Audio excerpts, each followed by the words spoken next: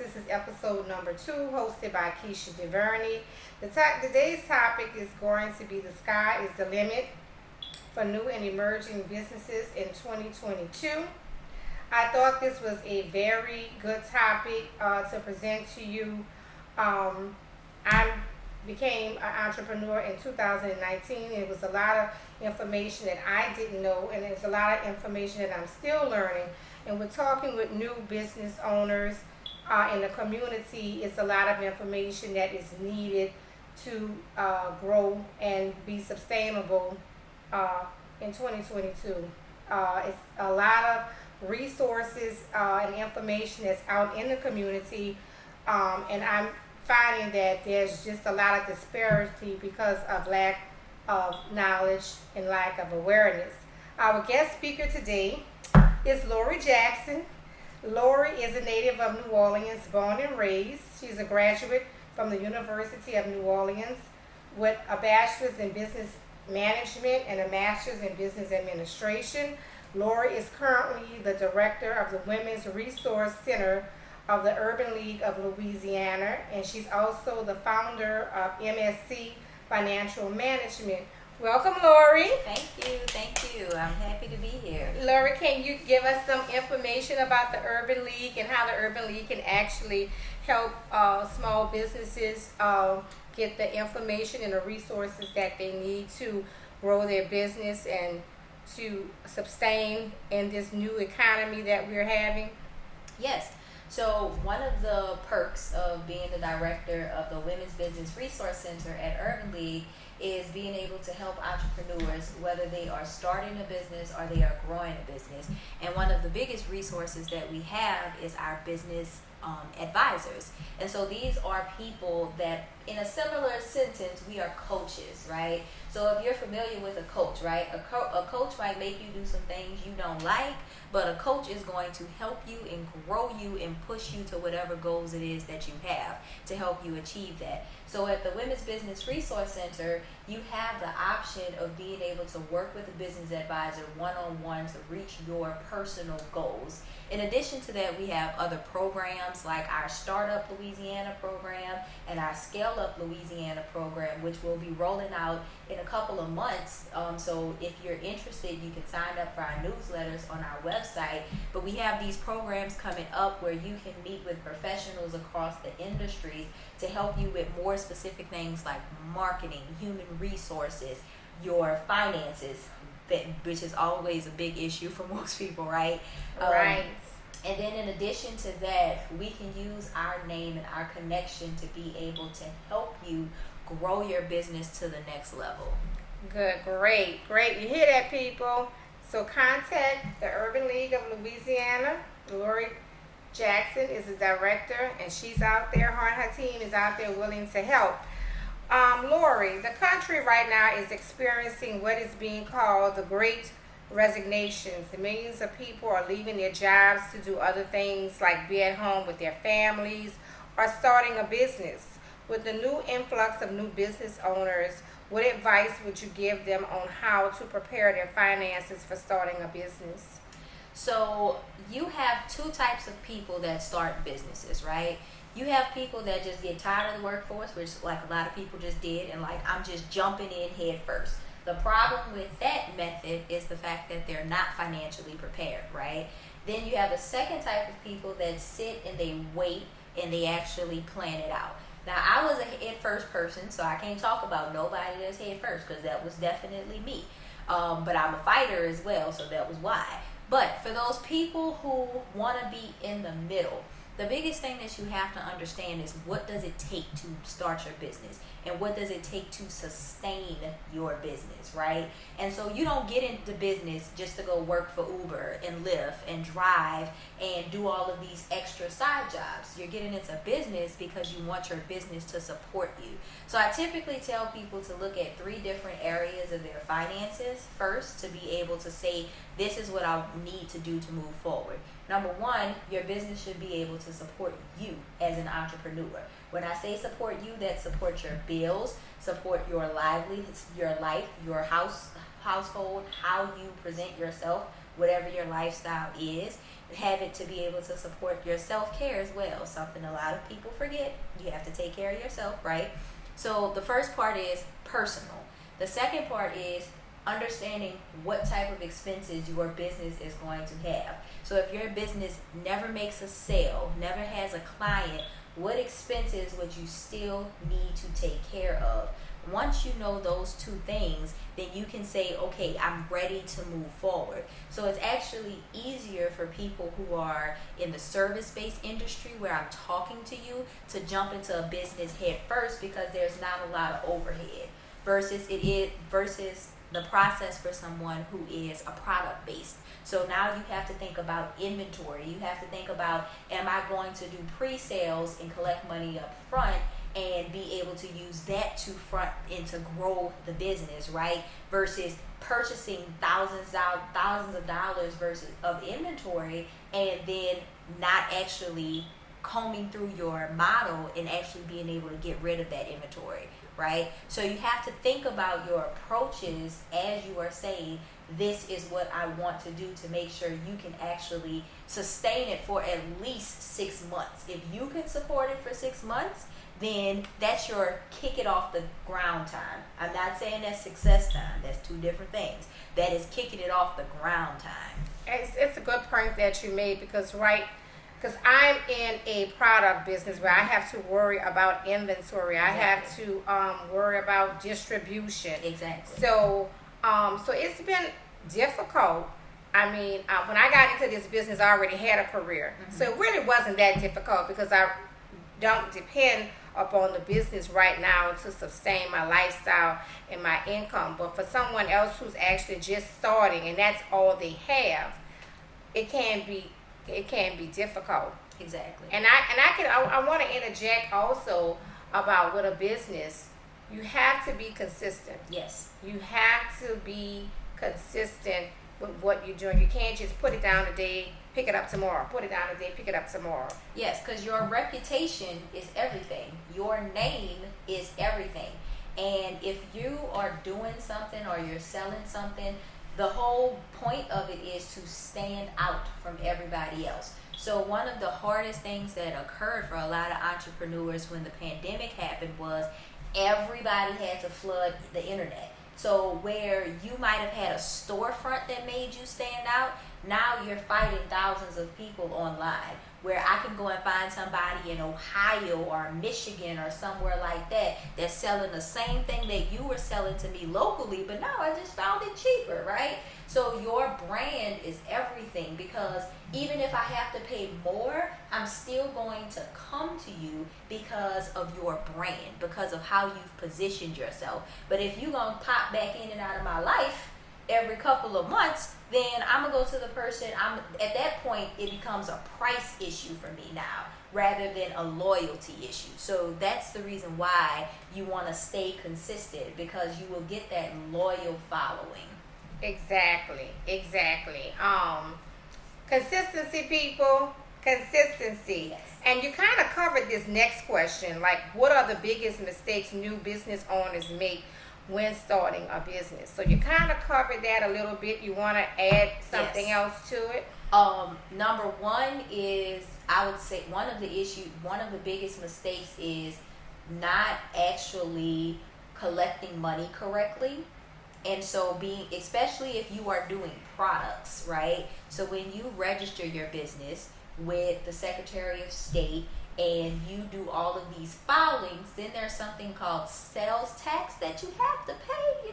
Some people don't pay attention to that little love letter that comes in the mail saying you didn't file your sales tax. Now you owe us money plus penalties, right? So being able to track the money that you have coming into the business, finances become the biggest mistake that a lot of entrepreneurs make, because you mix and mingle. You think your business is you and you're not the same, right? Your business might be making money, but you're not making money yet. That's two different things, right? Because you're growing it. So mixing finances, not paying the appropriate people, and there are bills that are backing up behind your head that you don't know of. So when you go after different certifications that require proof that you've been taking care of all of these things, then you're going to get smacked in the face with surprises all of the time, right? And then that just feeds into the fact that business owners who, in a sense, don't seem like you take it seriously when you don't register your business, right? There's a difference between a hobby and a business. So a hobby is like one of my hobbies. I sell pralines and pies. That's a hobby because it will not be a business at all.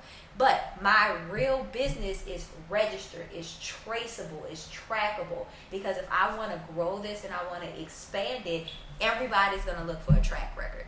And if your track record is cash, you can't trace cash no matter how hard you try. Stop cash apping people. Cash out, oh my gosh. Venmo, no. Stop cash apping. Zelle, maybe. I can see how I feel about that one. So I getting into business, I picked out 10 legitimate steps that all businesses need to be legal and legitimate. I mean, I know people that are selling things and they're doing a really great job selling this stuff, but they're not legal. They don't have it set up as a business. They have it set up as a hustle, like you said, as a hobby. So, and that's the reason why resources are not available to you. That's why you can't go in and get a business loan. So the first thing you need to do to become a real business owner, a true entrepreneur in this day and age, you must do the right things. Okay, the first thing you need to do is to let your state know that you are a business. You need to register your business with the Secretary of State. You may want to be an LLC. You may want to be a sole proprietor, or you may have a partnership. So you can get with a tax person or a financial advisor, or even some individuals at the Urban League to determine what your status could be, but you need to register with the state. Also, you need to apply for a tax ID number. Yes. You have to file taxes. You want to expand on that, Lord? Yes. So the 2 steps that she just named can cost you $105 or $110 at the max. The difference between that $5 is whether or not you pay with a debit card, okay? So to file with Secretary of State is $105 to make your business legit, okay? Outside of that, an EIN is free, okay? Don't let anybody con you into paying for these things. And the reason that you want to do this is because you are separating yourself from your business, okay? So if you file taxes, you have to supply your social security number. So your EIN is your business social. Allow your business to separate from your social just in case anything happens. If somebody comes after you, if they come after your business and you don't have an EIN, everything falls to your social, which means they can come against your house, everything that you own pretty much. But if you can separate those two and give it its own entity, its own identity, then that's what you want to make sure that you do. And like I said, it's free. It doesn't cost you anything to be able to do that. Okay, number 3. If you have multiple owners, some businesses, they have partners, they have multiple owners, you should have a legal agreement or a legal contract stating what all parties, what are the roles of all parties, how money is going to be distributed, what contributions that each partner is going to make. So all the verbal agreements, I don't care if it's your family, your cousins, your mom, your dad, friends, get everything in writing. And the biggest thing about that is you want to make sure the percentages are clearly outlined, meaning how much of the business does each person own, whether it is for profit, whether it is for capital. So there's actually, when it comes down to partnerships, you can have 2 different types of ownership levels. You can have the type of ownership or the partnership where they are a partner when it comes down to your profit and loss. Then you can have the type of partnership where they are a partner just for the capital. So whatever the building, the assets are. So making sure that you have those percentages written down, because that's the percentages that will go on the partnership tax return, which is due by March 15th of every year. It has a deadline, and if you don't make that deadline, it is $200 per person per month for every month that it is late. So you want to make sure that when you are moving into that area, you are really serious about doing this, because that can cause dramatic issues in the future. Exactly. Mad they come. When mad they come, it's ugly. Okay, so make sure you have everything legally written down. So now that you're registered with the state, you have your tax ID number, you have your contracts in place, you need to go to the bank and open up a business account in your business name. So before you can do that, you must have these things in place. Your registration with the state and your tax ID number. So you don't want to mix your business with your personal. You don't want to have a list of your shopping online and your McDonald's and your restaurant bills mixed up with your business bills. You want to expand on that some more, Lori? So biggest thing is whichever type of bank you choose, you want to make sure you're being smart about it. I always tell people to focus on mid-level banks. And when I say mid-level, I'm thinking Regions, Hancock Whitney, Fidelity. Those are mid-level banks because they're not too small to where they can't support your needs, but they're not too big to where they only look at you as a dollar. So, but when you go to these entities, you have to bring your EIN paperwork and your articles of organization. Outside of that, yes, like she said, don't commingle. You and your business are not friends like that, okay? You don't want to sit here and have your personal expenses in your business account. If you don't have the money, then you don't have the money, okay? Your business cannot support you in that way. I have so many people who will tell me, well, I made a mistake and grabbed that card. No, you didn't. You didn't make a mistake and do that. You knew exactly what card you were grabbing.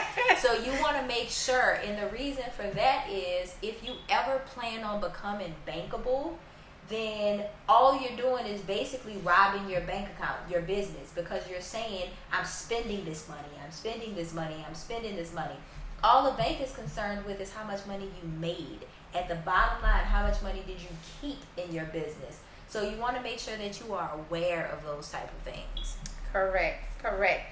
So now that you've figured out the registration, you're going to go over it again, your registration, your tax ID, you're going to register at a bank in your business name. So the next thing you need to research and figure out is whatever type of business you have, do you need a business license for that? If you're doing hair, you need a business license for that. If you're cooking food, you need a license. You need to get licensed and okayed by the Department of Health. So whatever type of business that you have, you need, well, that should be first, really, before you start your business. You need to make sure that you have a license, that you are licensed to actually do whatever it is that you're trying to sell, and whether it's food, whether it's a service, make sure you have your licenses in place. All right? You don't want to just spend money and get all this stuff done, and then you don't have a license to actually do this. Yes. We're trying to grow our business, people, this year. We're trying to be sustainable. We're trying to be able to get the piece of the pie that's out there, but you have to be legitimate in order to do this. And these are very simple steps. Also, other business suggestions that I found, that if you need to get liability insurance. Okay, if you're selling food or you're selling products out there, you need to have liability insurance. It's a very, very minimal to actually protect yourself, because people can sue you for selling something that may make them sick or just anything. You just need to have insurance to cover your company. Yes. No, I agree wholeheartedly, because the reality of it is we are in a trigger happy, camera happy, cell phone happy, sue happy environment now. So people will try to go after you for anything and everything, because the thought process is, hey, I can make a quick dollar real fast by suing you. So general liability just will cover you, so that way, again, it's not coming out of your pocket. This is why you have insurance in place. It's just like car insurance. We suck it up and we pay that. So you can suck it up and pay this if you want to be a good business owner. Exactly. Also, if you are in the tech business, or if you're an artist, whether it's painting, whether it's music, you might want to get intellectual property rights, a plan to protect your rights with your with your business as far as your music, as far as your photos, paintings, or whatever it is. You need to get that. Also, a big thing is you need to get your company name trademarked. Yes. And so if you need any of these services covering trademarks or intellectual property, make sure you get with a lawyer who specializes in this, okay? Because you trying to do this yourself will not work. I can promise you, because you have to do research to make sure that any application that you are putting in has not already put in, and that's their job. That's what they specialize in, being able to make sure that nothing infringes, because people will sue you. We see enough infringement situations that happen in the news all the time. One of the biggest two names I love to reference when I'm talking about this is Samsung and Apple. They are in court almost every other month suing each other over, oh, they infringed on this layout that I had on my phone platform, or they offer this service that my patent covers. So you want to make sure that you are getting with a lawyer who specializes, just not any lawyer, okay, a person who specializes in this, because they know how to research and find and make sure that everything is covered. And it's not cheap. I won't lie and say, oh, it's going to cost you a couple $100. It might cost you a couple $1,000, but if you believe in what you're doing, then you'll invest in that, okay? It doesn't make any sense to market your company, get logos, do all this stuff, spend all this money with your company, and then somebody can come up and take your name. Exactly. If you don't, I mean, and it happens. I've heard horror stories about that. So it does happen. Okay, Lori, can you, for new business owners, what path would you suggest they take to build a successful company right here in the city of New Orleans? Because New Orleans has so many opportunities for new businesses now. So what are some suggestions? So the biggest thing that I would say is making sure that you identify the industry, okay? Don't go, I know a lot of people flock into industries where they cannot stand out, or they offer services or products that everybody is offering, right? New Orleans is a place of opportunity, mainly because of the crowds we attract. So being able to actually not look at New Orleans, because if you looked at New Orleans and said, how can I thrive in New Orleans? Well, what are people going to say? Hospitality, food, right?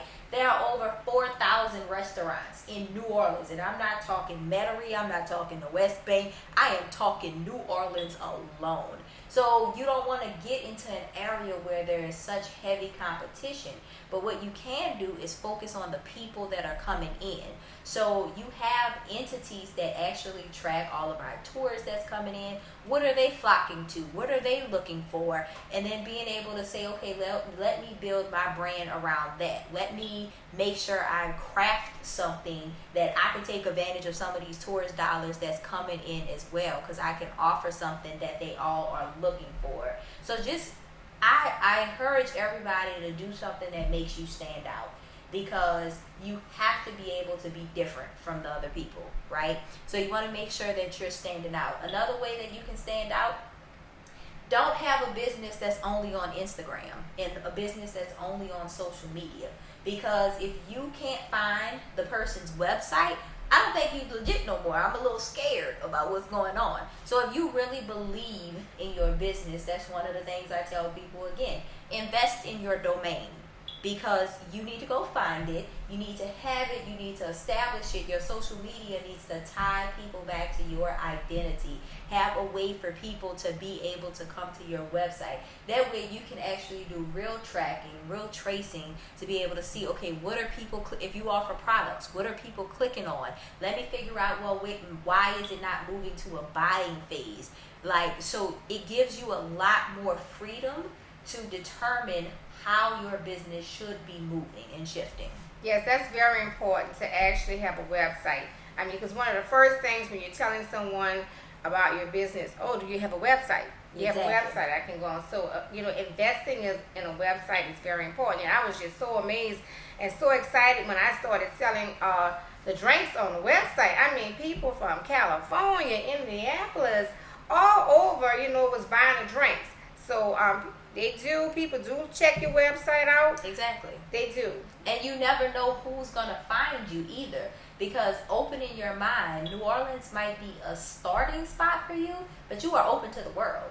So when you have a website and when you are advertising, when you are putting yourself out there on social media, you have no clue where all of these people are from, but they're looking for you and they're coming to you.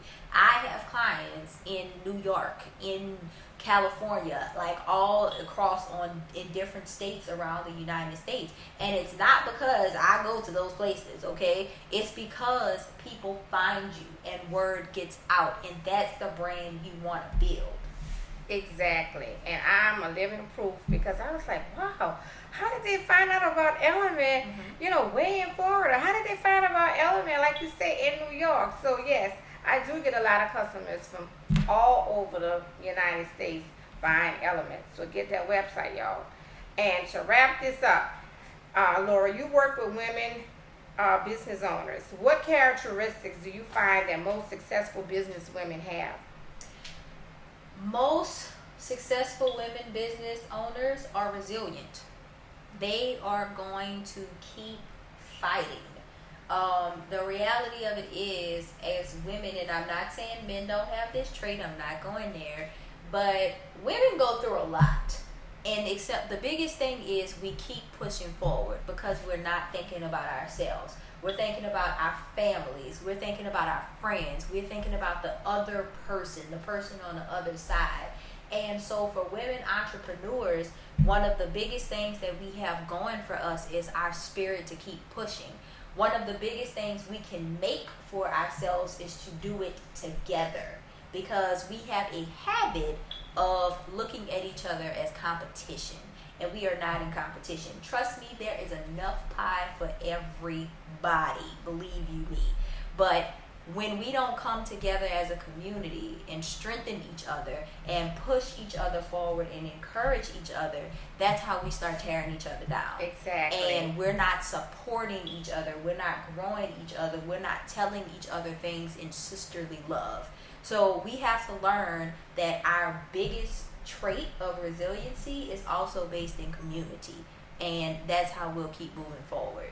Yeah, so we need to support each other. Go out there and support your sister, support your brother, support the small business. And when you said that women are very resilient, I had no idea that I would be running a business. It wasn't in my plan. It wasn't a desire that I even had. I didn't even know how I was going to actually do this.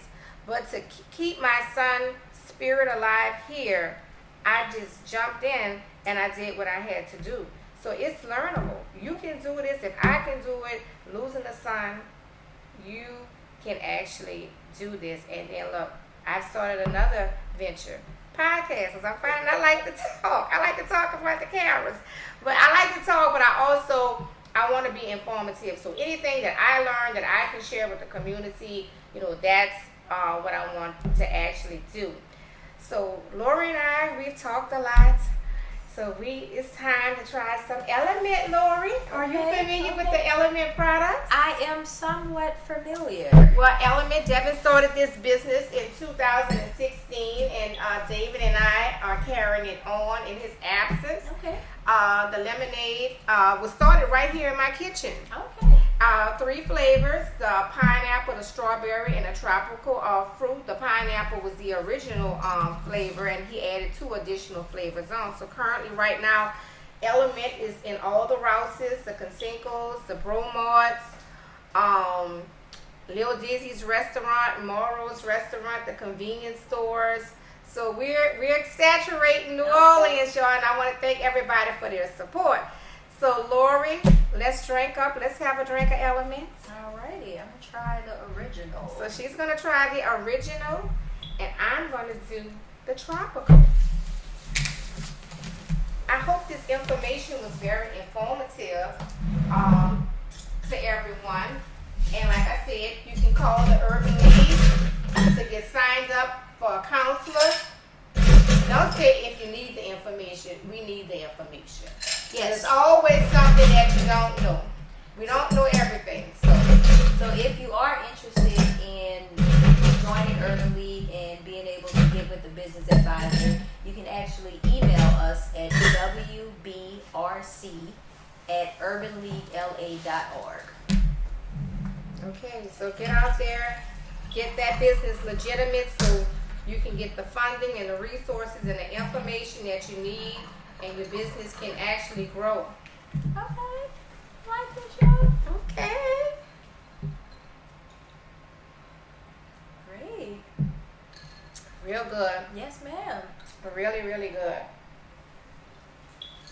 Okay, this is going to wrap up our show. I want to thank Laura for coming in Thank you. and giving us information. She's available, people. Urban League is waiting for your calls right Yes. now so that they can give you the information that you need to grow your business. Yes. And thank you. Thank you for tuning in. Thank you. Have a good day. Bye-bye.